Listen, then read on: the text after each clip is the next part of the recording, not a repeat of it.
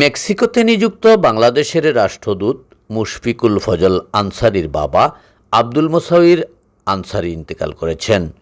ইন্না লিল্লাহি ওয়া ইন্না ইলাইহি রাজিউন। বৃহস্পতিবার ৮ মে সিলেটের ঐতিহাসিক শহীদগাহ ময়দানে মরহুমের মরদেহ একটি হেলিকপ্টার যোগে অবতরণ করলে চারিদিকে শোকের ছায়া নেমে আসে। জানা যায়, দীর্ঘ ৯ বছর নির্বাসিত জীবন শেষে ফেরার ৩ মাসের মাথায় বৃহস্পতিবার সকাল ৭টা ২৫ ঢাকার সিএমএইচ হাসপাতালে শেষ নিঃশ্বাস ত্যাগ করেন।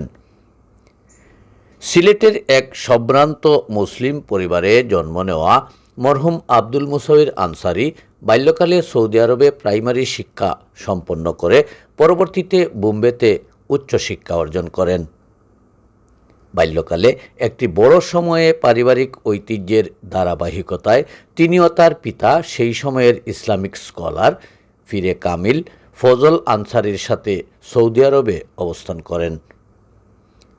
কর্মজীবনে তিনি দেশি বিদেশি সংস্থা সহ সৌদি হজ মন্ত্রণালয়ের অধীনে সরকারি হজ কার্যক্রমে জীবনের বড় অংশ অতিবাহিত করেছেন। বৃহস্পতিবার বিকাল ৫টা ৩০ সিলেটের ঐতিহাসিক শহীদগাহ ময়দানে তার জানাজা শেষে হযরত মানিক পীর রহমতুল্লাহ আলাইহির মাজারে সমাহিত করা হয়।